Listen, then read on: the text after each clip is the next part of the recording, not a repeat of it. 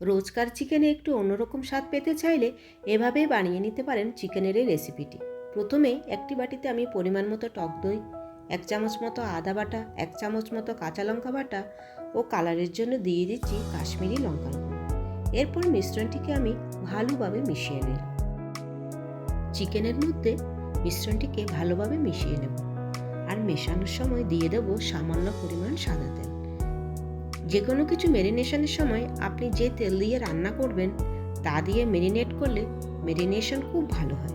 মিশ্রণটিকে 10-15 মিনিটের জন্য রেখে দেব, কিংবা হাতে সময় থাকলে আধ ঘন্টা মতো। এরপর মিক্সিং বোলে পরিমাণ মতো পোস্ত, চারমগজ ও টক দই দিয়ে একটা স্মুথ পেস্ট বানিয়ে নেব। কড়াইতে সাদা তেল দিয়ে তাতে ফোড়নের জন্য দেব 2 তেজপাতা, 2 শুকনো লঙ্কা, দারুচিনি, লবঙ্গ, এলাচ, হাফ কালো এলাচি বা কার্ডামম, করনফুল বা স্টার মশলা।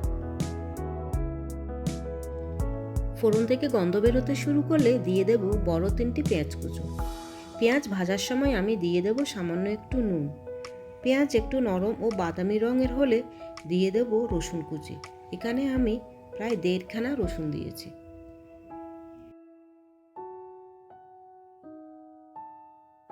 মিডিয়াম আঁচে পেঁয়াজ ও রসুনকে ভালোভাবে ভেজে নিতে হবে।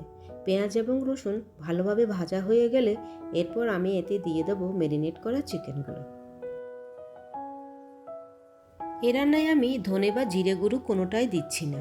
চিকেন কষানোর সময় দিয়ে দেব পরিমাণ মতো নুন। এরপর ঢাকা দিয়ে চিকেন রান্না করতে দিতে হবে। ম্যারিনেশনের সময় টক দই দেওয়াতে অনেকখানি জল বেরিয়েছে। এই জলে চিকেন রান্না হতে দিতে হবে, তাই আঁচ বাড়াবো না। দিয়ে দেব পরিমাণ মতো হলুদ।